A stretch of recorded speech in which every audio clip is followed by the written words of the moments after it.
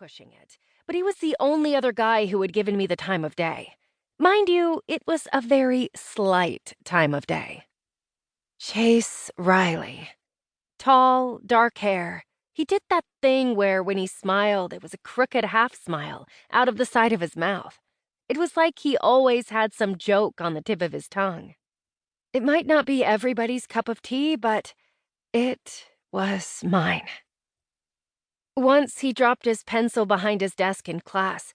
When I reached down and handed it back to him, he gave me that crooked smile and thanks, and just like that, social studies became my favorite class. Once, our teacher, Mr. Thomas, walked in front of the fan and it blew his hair partially askance on his head. Did any of us know it was a toupee? Nope. We had been taking a test that day. Most of the class had been poring over their tests on their desks and hadn't noticed, but Chase and I had been looking up at the same time, and we both saw it. He snickered softly at first, and then I joined in. A while later, while I was writing the essay section for the test, a small piece of paper landed on my desk. I glanced around to make sure Mr. Thomas wasn't looking before taking in the crudely sketched drawing of our teacher with his hair flying off his head. I snickered. If I were being honest, I liked our teacher and felt bad for making fun of him. However, Chase Riley had drawn me a note and passed it to me in class. Me. I stared at the note, trying to figure out my next move. I changed the face of my teacher on the paper to one of horror and passed it back to him. His shoulders shook with mirth before we went back to our tests. That had been it. He still talked mostly to his friends during class, but every once in a while, he would send me a look when something was funny. So far, I had made him laugh exactly 2 times. So, we were friends, right? Friends could ask friends to the dance. The pit in my stomach grew into a tree. Penny! By that time, I had made my way to where Gina stood next to our shared locker.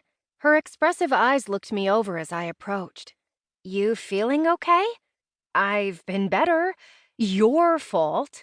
She smiled as she tossed her auburn Disney princess hair over her shoulder. You'll be fine. It's not like it's a real date or anything. She wasn't wrong. We were only in the 8th grade. The dance would be held after school because nobody could drive yet. Getting a date probably just guaranteed us some dances. Did you tell him? My best friend was busy looking over my shoulder down the hallway, no doubt searching for my twin. I didn't tell him. I just told him to check his locker before going home. Do you think he'll say yes? Positive. Now, can we stop talking about you liking my brother? I already feel like I might puke.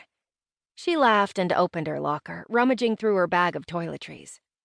Just think, if he says yes, you get to talk to him. I leaned against the locker next door. The key word here is if. Gina applied a thin coat of lip gloss, checking herself out in the mirror that was pressed against the inside door. Did you bring the candygram? That thing burning a humongous hole in my backpack? Yeah, I brought it. I hadn't wanted to do any sort of grand gesture to ask him to the dance, but Gina insisted we had to do something, so we settled on a candygram. Everyone liked candy, right?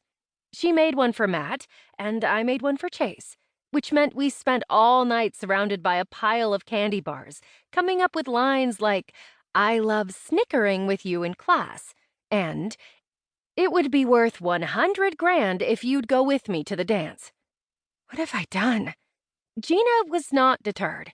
Of course, it was easier for her. She knew Matt would say yes. Given the general amount of time I have spent actually talking to Chase, his niceness was still up for debate. I nudged Gina to the side and checked my own reflection in the mirror. No new pimples had appeared on my red, blotched cheeks since that morning, and I had no hidden boogers in my nose. I checked for food in my braces and picked out a speck of Pop-Tart. The bell's going to ring any minute, Gina said. Then you go to his locker and I'll go to Matt's and we'll make the drop. Josh said he'd hang around his locker for a minute after the bell so he can get you in, I told her, clutching the shoulder straps on my backpack as if they were a lifeline. Did you ask Mike to do the same for me? Mike was Chase's locker partner. He'll be there.